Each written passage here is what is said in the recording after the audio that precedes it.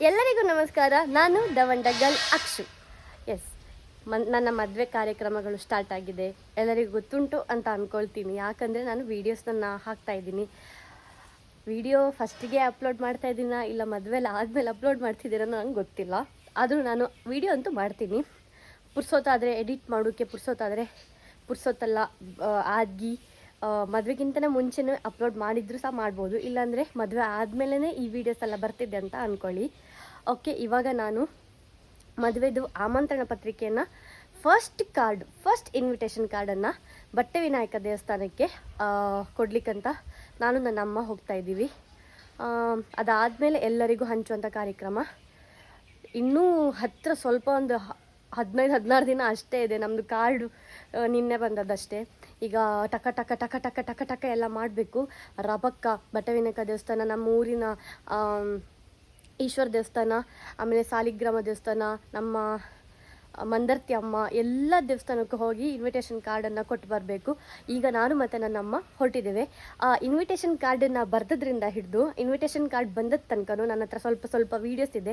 ಆ ವಿಡಿಯೋನು ಈ ವಿಡಿಯೋದಲ್ಲಿ ಅಟ್ಯಾಚ್ ಮಾಡಲಿಕ್ಕೆ ಪ್ರಯತ್ನ ಮಾಡ್ತೆ. ನಂಗೆ ಗೊತ್ತಿಲ್ಲ ಈಗ ಡಿಲೀಟ್ ಆಗಿದೆಯಾ ಅದು ಸಹ ಗೊತ್ತಿಲ್ಲ. ಆದರೂ ಇದ್ದರೆ ನಾನು ಆ ವಿಡಿಯೋ ಸಹ ಇದರಲ್ಲಿ ಹಾಕ್ತೀನಿ. ಓಕೆ, ಬನ್ನಿ ದೇವಸ್ಥಾನಕ್ಕೆ ಹೋಗೋಣ. ಶ್ರೀ ಇದೆಂತ ಬರೋಕೆ ಆಗ್ತಿಲ್ಲ ಮಾತಿ ಕುಲ ದೇವತಾ ಪ್ರಸನ್ನ, ಹೀಗೆ ಮಾಡಿ ಸ್ಟಾರ್ಟ್ ಮಾಡೋದು ಪ್ರಿಯರೇ. ಇದೆಲ್ಲ ಬರ್ದು ಕೊಟ್ಟಿರ, ಅದನ್ನೇ ಬರೀತಿರ್ಬೋದು. ಪ್ರಿಯರೇ ಫುಲ್ ಬರ್ದು ಸಿಗ್ತೀವಿ ಮತ್ತೆ. ನಾ ಬರೀತೆ ಇಡು, ಆಮೇಲೆ ಸ್ಪೀಡಲ್ಲಿ ತೆಗಿಬೋದಲ್ಲ.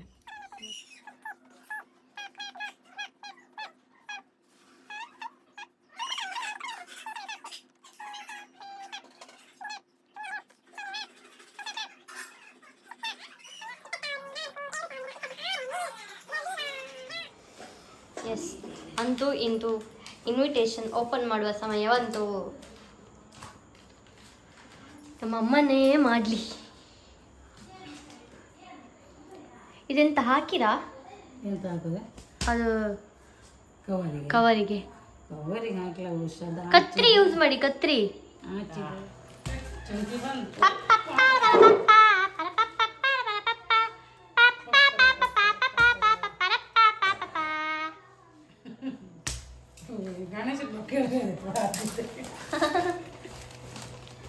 ಇದೇನೇಳು ಇದು ಹಾಕಿ ಬಿಟ್ಟಿರೋ. ವಾವ್, ತೊಂದ್ರೆ ಇಲ್ಲ ದೇವ್ರೆ. ಹೌದಾ, ಹಾಕಿರ? ಇದು ನಮ್ಮ ಮದುವೆಯ ಇನ್ವಿಟೇಷನ್ ಕಾರ್ಡ್. ಹೆಂಗಿದೆ? ನಿಮ್ಮ ಹೆಸರು ನಮ್ಮ ಮನದಲ್ಲಿದೆ. ನಿಮಗೂ ಮತ್ತು ನಿಮ್ಮ ಮನೆಯವರಿಗೂ ಆತ್ಮೀಯ ಕರೆಯೋಲೆ. ಕರೆಯೋಲೆ ಕರೆಯ ಕರೆವಾವೋಲೆ. ಮದುವೆಯ ಮಮತೆಯ ಕರೆಯೋಲೆ. ಇದು ನಮ್ಮ ಮದುವೆಯ ಇನ್ವಿಟೇಷನ್ ಕಾರ್ಡ್. ಎಷ್ಟು ಕಾರ್ಡ್ ಇದೆಯಮ್ಮ? ಎಷ್ಟು ಗೊತ್ತಿಲ್ಲ ಪಾಪ, 500 ಇರ್ಬೋದು. ನಾನು ಮತ್ತು ನನ್ನಮ್ಮ ಇಬ್ಬರು ಮಾತ್ರ ಹೋಗಿದ್ದು. ಎಂತಕ್ಕಂತೇಳಿ ಹೇಳಿದೆ, ಮದುವೆ ಅಂದರೆ ಇರುತ್ತಲ್ಲ ಮನೆಯಲ್ಲಿ ತುಂಬ ಕೆಲಸಗಳು. ಸೊ ಒಬ್ರೊಬ್ಬರು ಒಂದೊಂದು ಕೆಲಸವನ್ನು ಮಾಡಬೇಕು ಅಂತ ಹೇಳಿ ನಾನು ಮತ್ತು ನನ್ನಮ್ಮ ಇನ್ವಿಟೇಷನ್ ಕಾರ್ಡನ್ನು ದೇವರಿಗೆ ಒಪ್ಪಿಸ್ಕೊಳ್ಬೇಕು ಅಂತ ಹೇಳಿ ನಾನು ಮತ್ತು ಅಮ್ಮ ಹೊರಟ್ವಿ. ಮತ್ತು ಮನೆಯಲ್ಲಿ ತುಂಬ ಕೆಲಸಗಳೆಲ್ಲ ಇತ್ತು. ಅದನ್ನು ನನ್ನ ತಂಗಿ ಮತ್ತು ನನ್ನ ಪಪ್ಪ ಒಂದು ಕೆಲಸ ವಹಿಸ್ಕೊಂಡಿರೋ, ನನ್ನ ತಂಗಿ ಒಂದು ಕೆಲಸ ವಹಿಸ್ಕೊಂಡಿದ್ದಳು, ನಮ್ಮ ದಡ್ಡನೇ ಒಂದು ಕೆಲಸ ವಹಿಸ್ಕೊಂಡಿರೋ. ಮೊದಲ ಪೂಜೆ ಹೇಗೆ ಗಣಪತಿಗೆ ಸಲ್ತದೋ ಅದೇ ಪ್ರಕಾರವಾಗಿ ಮೊದಲ ಇನ್ವಿಟೇಷನ್ ಕಾರ್ಡ್ ಸಮೇತ ಗಣಪತಿಗೆ ಕೊಡುವಂಥದ್ದು ಕ್ರಮ ಇದೆ. ನಮ್ಮ ಈಚೆ ಸೈಡಲ್ಲಿ ಯಾರಿಗೆ ಮದುವೆ ಆದರೂ ಫಸ್ಟ್ ಇನ್ವಿಟೇಷನ್ ಕಾರ್ಡನ್ನು ಬಾರ್ಕೂರಲ್ಲಿ ಇರುವ ಭಟ್ಟ ವಿನಾಯಕ ದೇವಸ್ಥಾನಕ್ಕೆ ಕೊಡುವಂಥದ್ದು ರೂಢಿಯಲ್ಲಿದೆ. ಸೊ ನಾವು ಸಮೇತ ಭಟ್ಟ ವಿನಾಯಕ ದೇವಸ್ಥಾನಕ್ಕೇ ಹೋಗಿ ನಮ್ಮ ಮೊದಲ ಇನ್ವಿಟೇಷನ್ ಕಾರ್ಡನ್ನು ಗಣಪತಿಗೆ ಕೊಟ್ಟು ಪೂಜೆ ಸಲ್ಲಿಸಿ ಗಣಪತಿಯನ್ನು ನೀವು ನಮ್ಮ ಮದುವೆಗೆ ಬನ್ನಿ ಅಂತ ಹೇಳಿ ಬೇಡ್ಕೊಂಡು, ಅಂದರೆ ನಾನು ಹಾಗೆಯೇ ಬೇಡ್ಕೊಂಡಿದ್ದೆ, ನೀವು ನಮ್ಮ ಮದುವೆಗೆ ಬನ್ನಿ ಅಂತ ಹೇಳಿ. ಯಾಕಂದರೆ ಗಣಪತಿ ಇದ್ದಲ್ಲಿ ವಿಘ್ನಗಳು ಇರುವುದಿಲ್ಲ ಅಂತೆ. ಸೊ ವಿಘ್ನಗಳು ಬಾರದ ಹಾಗೆ ಮದುವೆ ಆಗಬೇಕಾದ್ರೆ ಗಣಪತಿಯನ್ನು ಫಸ್ಟಿಗೆ ಕರಿಬೇಕಂತೆ. ಅದಕ್ಕೆ ನಾವು ಫಸ್ಟಿಗೆ ಗಣಪತಿಯನ್ನು ಕರೀಲಿಕ್ಕೆ ಬಟ್ಟೆ ವಿನಾಯಕ ದೇವಸ್ಥಾನಕ್ಕೆ ಹೋದ್ವಿ. ಅಲ್ಲಿ ಹೋಗಿ ದೇವರಿಗೆ ಇಷ್ಟವಾದ ಪಂಚಕಜ್ಜಾಯ ಆಮೇಲೆ ಅಷ್ಟೋತ್ತರ ನಾಮಾರ್ಚನೆ ಎಲ್ಲ ಪೂಜೆಯನ್ನು ಮಾಡಿದ್ವಿ. ಮಾಡಿ ಅದಾದಮೇಲೆ ಭಟ್ರು ಚಂದದಲ್ಲಿ ಪ್ರಸಾದ ಕೊಟ್ಟರು. ಅಲ್ಲಿಂದ ಸೀದಾ ಹೊರಡಬೇಕು. ಇವತ್ತಿಂದಲೇ ಕಾರ್ಡು ಕೊಡಲಿಕ್ಕೆ ಸ್ಟಾರ್ಟ್ ಮಾಡಬೇಕು ಅಂತ ನಾನು ಅಂದ್ಕೊಂಡಿದ್ದೀನಿ.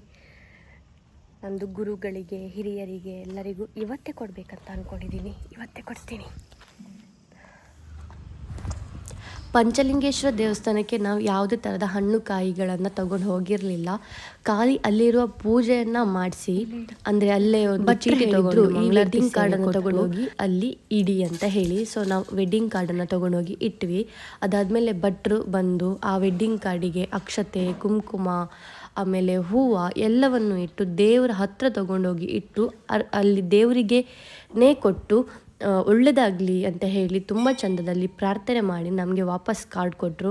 ನನಗಂತೂ ಮಸ್ತ್ ಖುಷಿ ಆಯಿತು. ಅಂದರೆ ನಾನು ಇಲ್ಲಿ ತನಕ ದೇವ್ರಿಗೆ ಹೋಗಿ ಪ್ರಾರ್ಥನೆ ಮಾಡಿ ಬಂದದ್ದು, ಕೈ ಮುಗಿದು ಬಂದದ್ದು, ಪೂಜೆ ಮಾಡಿ ಬಂದದ್ದು ಬಿಟ್ಟರೆ ಈ ಥರ ವೆಡ್ಡಿಂಗ್ ಕಾರ್ಡನ್ನೆಲ್ಲ ತೊಗೊಂಡು ಹೋಗಿ ಕೊಡುವಂಥದ್ದು ಯಾವತ್ತೂ ಮಾಡಿಲ್ಲ ಅಲ್ಲ.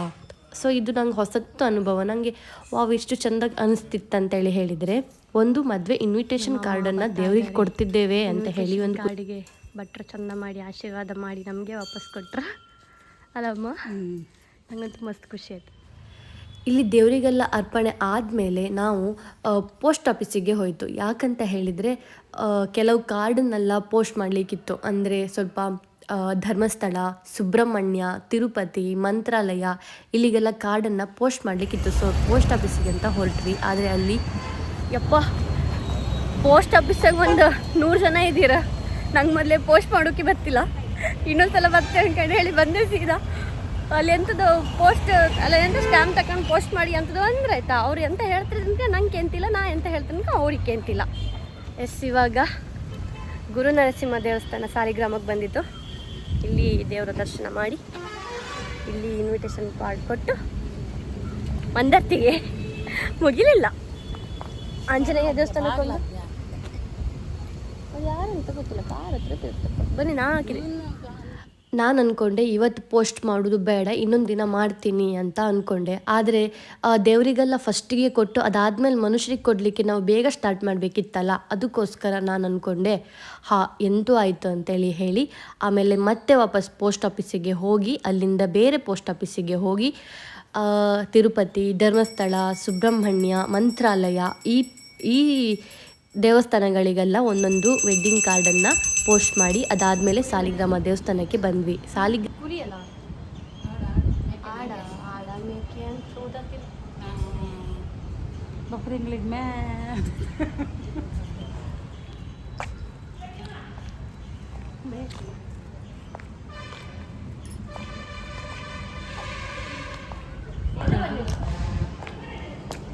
ಚೆನ್ನಾಗಿದೆ.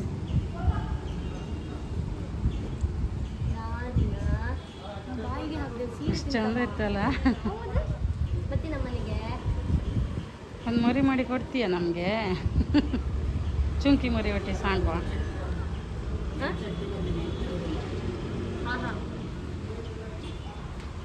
ನೆನಪಿನ ಶಕ್ತಿ ಕಮ್ಮಿ ಅಂತೆ. ಇಲ್ಲಿ ನೋಡು, ಅಲ್ಲಿ ನಿನ್ನ ಮುಖ ತೋರ್ಲಿಲ್ಲ. ಚೆನ್ನಾಗಿದೆಯಲ್ಲ.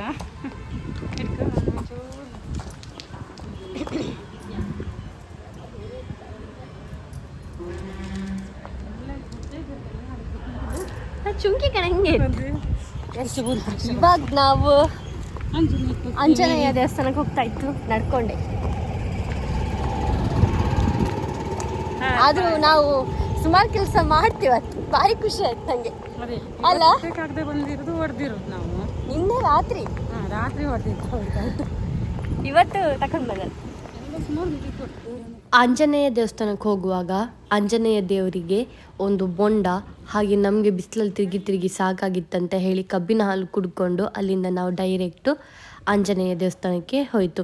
ಆಂಜನೇಯ ದೇವಸ್ಥಾನದಲ್ಲಿ ಒಂದು ಬೊಂಡ ಮತ್ತು ಇನ್ನೊಂದು ಮಂಗಳಾರತಿ ಸೇವೆ ಮತ್ತು ಎಣ್ಣೆ ತಗೊಂಡಿದ್ವಿ. ನಾವು ಎಣ್ಣೆಯನ್ನು ದೇವರಿಗೆ ಹಾಕಿ ಅದಾದಮೇಲೆ ಡೈರೆಕ್ಟು ಪೂಜೆ ಮಾಡಿಸಿದ್ವಿ.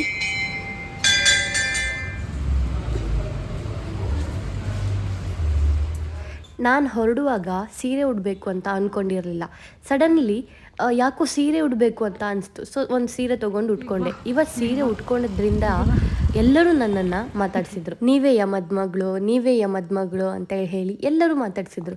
ಇಲ್ಲಾಂದರೆ ಯಾರು ಮಾತಾಡಿಸ್ತಾನೆ ಇರಲಿಲ್ಲ. ಅಂದರೆ ಬೇರೆಯವರು ಯಾರು ಇಷ್ಟು ಚಂದದಲ್ಲಿ ಮಾತಾಡ್ತಿರಲಿಲ್ಲ. ನಮ್ಮ ಊರ ಮನೆಯವರು, ನಮ್ಮ ಊರ ಮನೆ ಭಟ್ರು, ನಮ್ಮ ಊರ ಮನೆ ದೇವಸ್ಥಾನದಲ್ಲಿರುವ ಅರ್ಚಕರು ಮಾತಾಡೋದಕ್ಕೂ ಯಾರೋ ನಮಗೆ ಗೊತ್ತವೇ ಇಲ್ಲದ್ದು ಅರ್ಚಕರು ಅಷ್ಟು ಪ್ರೀತಿಯಿಂದ ಮಾತಾಡಿ ಆಶೀರ್ವಾದ ಮಾಡಿ ಪ್ರಸಾದ ಕೊಡಲಿಕ್ಕೂ ತುಂಬ ವ್ಯತ್ಯಾಸ ಇರುತ್ತಲ್ಲ. ಅದೇ ಪ್ರಕಾರವಾಗಿ ನನಗೂ ಸಹ ಇವತ್ತು ಹಾಗೇ ಅನ್ನಿಸ್ತು.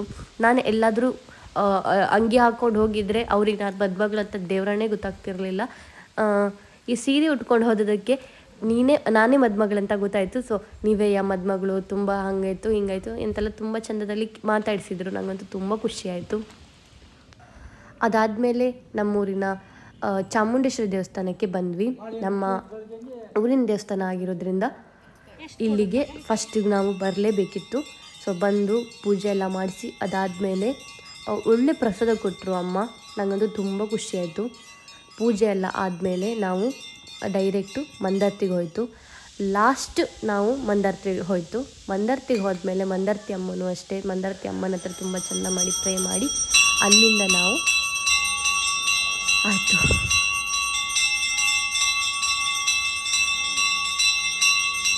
ಚಾಮುಂಡೇಶ್ವರಿ ದೇವಸ್ಥಾನದಲ್ಲಿ ದರ್ಶನ ಮುಗಿಸ್ಕೊಂಡು